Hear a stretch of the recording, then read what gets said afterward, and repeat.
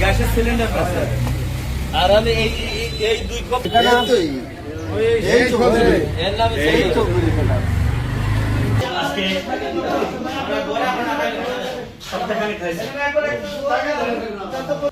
এদিকে আসেন, কোনটা কি আছে বলেন?